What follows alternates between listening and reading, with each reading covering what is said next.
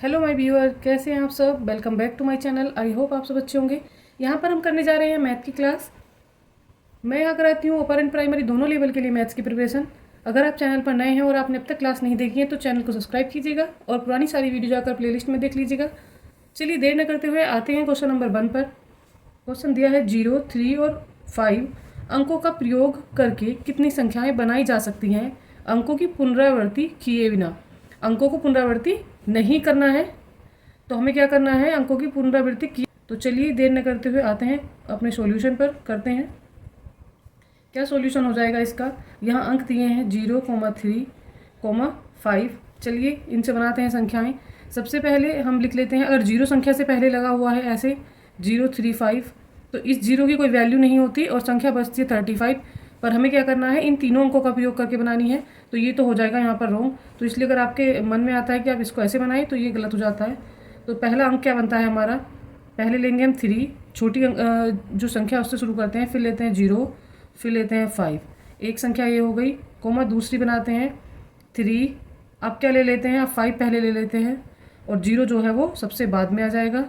तो ये संख्या बन जाती है। फिर दूसरी संख्या देखते हैं, अब बनानी है हमें 5 से 5। उसके बाद हम 0 ले सकते हैं, फिर हम 3 ले सकते हैं।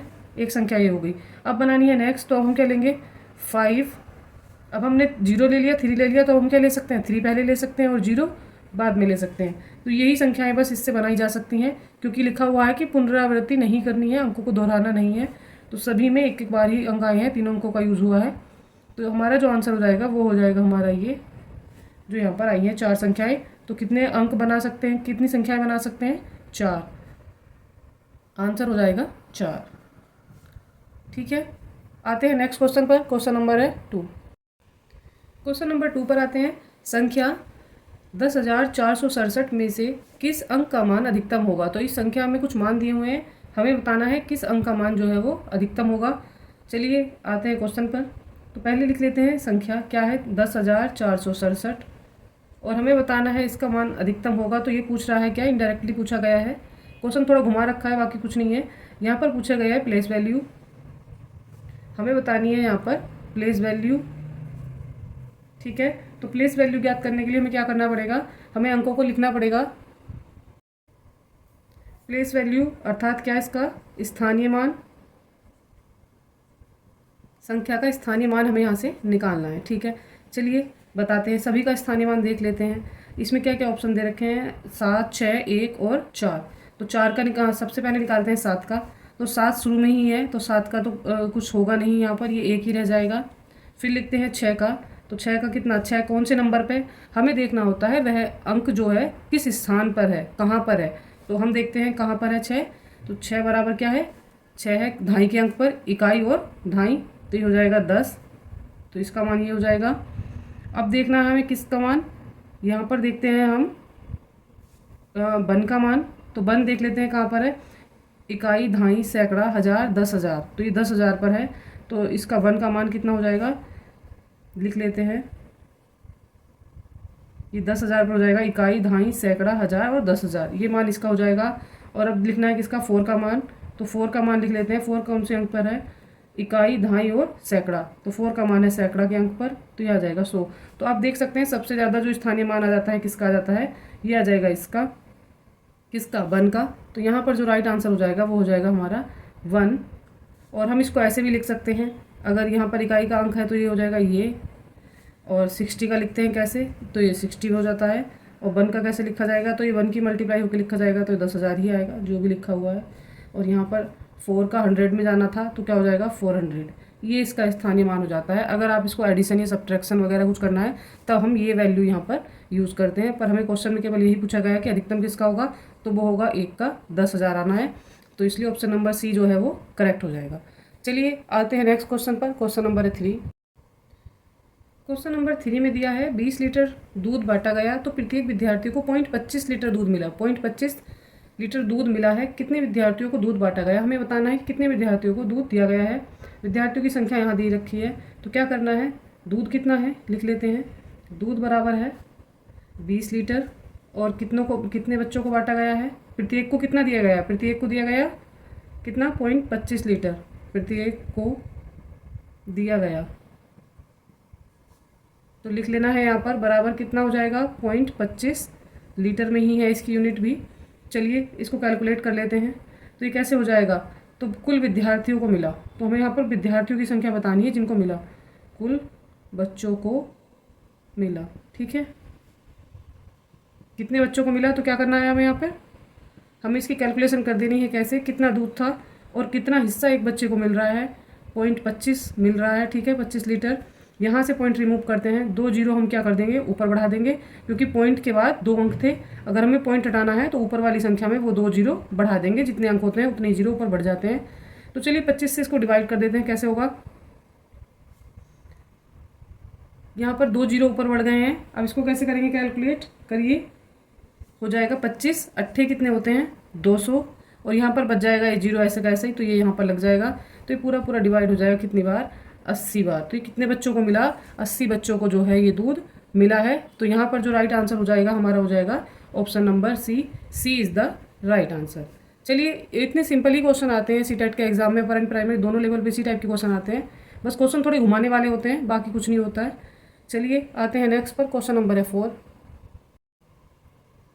आते हैं क्वेश्चन नंबर 4 पर। दिया है 2/5 + 3/4 इक्वल है, किसके इक्वल है, बराबर है किसके, बताना है हमें। तो यहाँ पर लिख लेते हैं इसको हम, कैसे करना है इसको, 2/5 + 3/4। ठीक है, अब हमें करना क्या होता है, अगर यहाँ पर दिया होता है कि नीचे सेम नहीं है नंबर, तो हम क्या करते हैं, सबसे पहले हम लेते हैं यहाँ पर टेकिंग एलसीएम कर लेते हैं, टेकिंग एलसीएम। तो उसके लिए हमें क्या करना होता है, टेकिंग एलसीएम करते हैं तो क्या है, नीचे वाले दोनों नंबरों की मल्टीप्लाई करके लिख देते हैं। अगर बड़े नंबर होते हैं तो आप उनका एलसीएम निकाल सकते हैं प्रॉपर वे से। यहाँ पर इतने बड़े नंबर नहीं है जो इनके अलग से फ्रैक्शन करके इनको निकाला जाए। तो यहाँ पर देख लेते हैं कितना हो जाएगा, 5 × 4 डायरेक्ट मल्टीप्लाई करके ही आ जाएगा। 5 चौक हो जाएगा 20, तो 20 हो जाएगा इसका एलसीएम। चलिए करते हैं इसको सोल्व। 20 हो गया, 5 की कितने से मल्टीप्लाई की, जो 20 हुआ, 5 की 4 से मल्टीप्लाई की, तो ऊपर भी 4 से ही मल्टीप्लाई होगी। 2 × 4 लिख देते हैं। यहाँ पर प्लस का साइन है तो वो लगा देते हैं। फिर आगे क्या करना है, 4 की कितने से मल्टीप्लाई की, जो 20 आया, 4 पंजे 20, तो 5 से की होगी, तो 3 की मल्टीप्लाई किससे होगी, 5 से होगी, 3 पंजे 15 हो जाएगा। ठीक है, अब कर लेते हैं क्या आ जाएगा, ये 2 चौक हो जाएगा कितना 8, प्लस 5 दिया 15, 15 अपॉन कितना 20, इसको ऐड करिएगा कितना आ जाता है आंसर, और 15 और 8 कितना हो जाएगा यहाँ पर 23 अपॉन कितना 20 हो जाएगा, 23/20। अब क्या करना है हमें, आंसर क्या आएगा इसका 20, तो कितने सभी में 20 दे रखा है। चलिए खोल लेते हैं इसके मिक्स फ्रैक्शन में बनाकर इसको लिख लेते हैं हम। कैसे करेंगे, मिक्स फ्रैक्शन में करना है तो क्या करते हैं, 20 अपॉन में आ जाएगा, और 20 के कितने से मल्टीप्लाई करें, जो ये 23 आ जाए। 20 × 20 और 3 23 होता है। यहाँ पर पहले में ऑप्शन में करेंगे तो 20 दूनी 40, ये गलत हो जाएगा, ये नहीं है। इसमें देख लेते हैं तो दिया ही 24/20 है, ये गलत हो जाएगा। यहाँ पर 20 × 20 और 3 23 ये लिखा हुआ है, 20 × 20 और 3 23। तो जो मिक्स फ्रैक्शन में इसको बना के लिखा है वो ये आ जाता है 1 सही 3/20। तो जो हमारा आंसर हो जाएगा वो हो जाएगा ऑप्शन नंबर सी, करेक्ट हो जाएगा। सी इज़ द राइट आंसर। चलिए आते हैं इसी के साथ नेक्स्ट पर, क्वेश्चन नंबर है 5। क्वेश्चन नंबर 5 में दिया है 2 सही 2/3 समकोण है। तो 2 सही 2/3 समकोण किसके बराबर है, तो यहाँ पर एंगल दिए हुए हैं कुछ, तो इन कोणों को हम निकाल लेना है कि क्या आएगा इसका मान, कौन सा कोण बराबर आता है। तो सबसे पहले बात हो रही है क्या, समकोण की, तो हमें बना लेना है यहाँ पर एक क्या समकोण ही बना लेना है। और समकोण कितने डिग्री का होता है, तो समकोण जो होता है वो होता है यहाँ पर 90 डिग्री का। ठीक है, बात हो रही है यहाँ पर समकोण की, तो हमें समकोण की जो वैल्यू है वो कितनी लेनी है, समकोण बराबर लेना है हमें 90 क्वेश्चन में, और तब इसकी कैलकुलेशन हमें करनी है। समकोण बराबर होता है 90 डिग्री। ठीक है, तो चलिए आते हैं क्वेश्चन पर। 2 सही 2/3, तो इसको नॉर्मल फॉर्म में लिख लेते हैं। 3 दूनी 6 और 2 8 बटे कितना हो गया 3। ठीक है, 3 दूनी 6 और 2 8/3, ये आपको करना आ गया। अब क्या करना है, साथ में है क्या समकोण, तो समकोण की वैल्यू लिख देते हैं, कितनी होती है 90। 3 से हो जाएगा 3 तिया 9 और 0 ऐसे का ऐसे ही, क्योंकि मल्टीप्लाई में है तो 3 से ये डिवाइड हो जाएगा, 3 से कट जाएगा, 3 से इसको कर दिया डिवाइड। 90 को तो कितना आया 30 आया, तो कितना बचता है यहाँ पर 8 मल्टीप्लाई कितना 30, और 8 की और 30 की मल्टीप्लाई तो क्या करते हैं 0 जो है ऐसे का ऐसे ही इसको लिख देते हैं, और 8 तिया कितना हो जाएगा 24। तो जो हमारा आंसर आता है वो कुछ ये आ रहा है। देख लीजिए आपका कौन सा ऑप्शन यहाँ पर करेक्ट होने वाला है। 180, 200, 210, 240। ऑप्शन नंबर डी जो है वो करेक्ट है। ये आ गया है 240 डिग्री, एंगल में लगाते हैं डिग्री। चलिए, तो ये हो गया इसका answer. D is the right answer. ये समकोण वाले क्वेश्चन भी आते हैं, इसमें से एक क्वेश्चन जरूर बन जाएगा आपका एग्जाम में। चलिए आते हैं नेक्स्ट पर। क्वेश्चन नंबर 6 में दिया है, स्कूल में अध्ययन 10:10 पर सुबह के AM लिखा हुआ है तो प्रातः का टाइम है, पर प्रारंभ हुआ, और 12:55 PM अर्थात 12:55 पर मध्य अवकाश हुआ, लंच हुआ। तब तक अध्ययन समय कितना था? तो हमें अध्ययन समय बताना है यहाँ पर। मैं बिल्कुल सिंपल से बेसिक तरीके से करा रही हूँ, जिन बच्चों को नहीं आता वो भी कर लेंगे।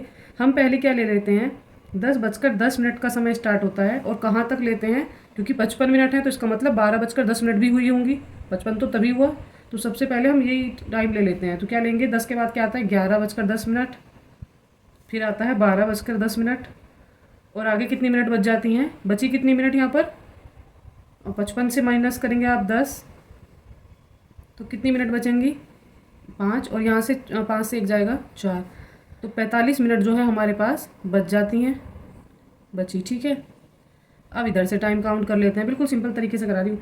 तो यहाँ पर आप टाइम काउंट करेंगे कितना, इन दोनों के बीच में कितना होता है, 10 से 11:10 तक 1 घंटा, और 11:10 से 12:10 तक कितना, फिर 1 और घंटा। तो कितने घंटे हो गए टोटल, 2 घंटे। 2 घंटे का टाइम आया यहाँ पर। तो कुल टाइम कितना हो जाएगा हमारा, 2 घंटे ये, और 45 मिनट जो थी बची थी। तो हमारे पास जो समय आ गया है वो आ गया है 2 घंटे और 45 मिनट।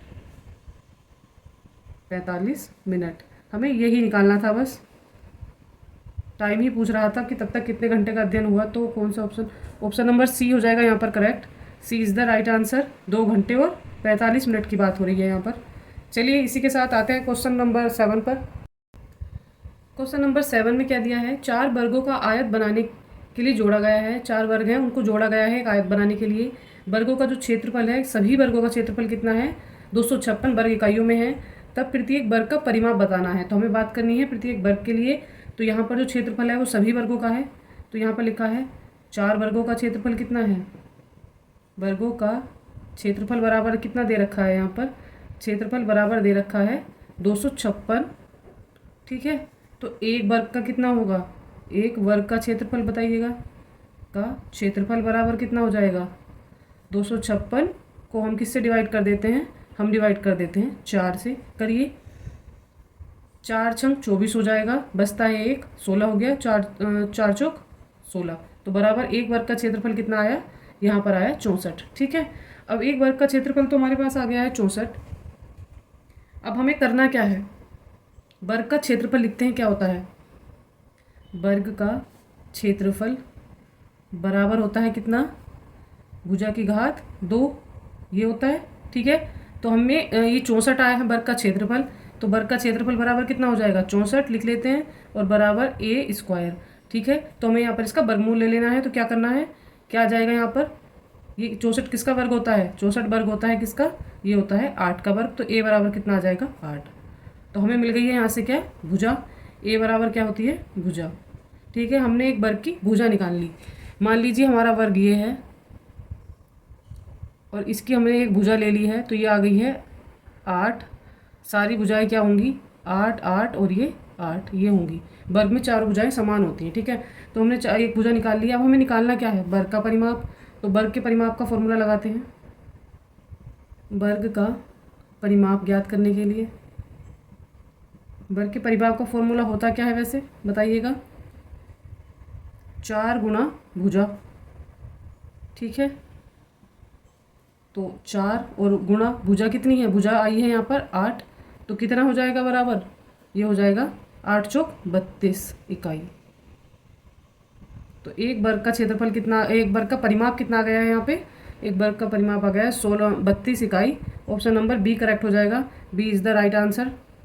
इसी के साथ सारे क्वेश्चन हो जाते हैं कंप्लीट। चलिए आपको बताइए मैथ की क्लास कैसी लगी। इसी तरह के क्वेश्चन आते हैं सीटेट में, घुमाने वाले होते हैं पर इजी होते हैं, टफ नहीं होते। उनकी थोड़ी लैंग्वेज टफ होती है, पर वो करने में जब हम उसको करते हैं, सॉल्व करते हैं, तो बहुत सिंपल और बेसिक तरीके से हो जाते हैं। और मैं उसी बेसिक तरीके से आपको करवा रही हूँ अपर एंड प्राइमरी दोनों लेवल के लिए। अगर आप चैनल पर नए हैं और आपने अब तक कोई वीडियो नहीं देखी है तो प्लीज़ चैनल को सब्सक्राइब कीजिएगा और प्लेलिस्ट में जाकर पुरानी सारी वीडियो देखिएगा। मैं करवाती हूँ यहाँ पर पेडागोजी, EBS, हिंदी, इंग्लिश, बाकी सारे subject, CTET upper and primary दोनों लेवल के लिए।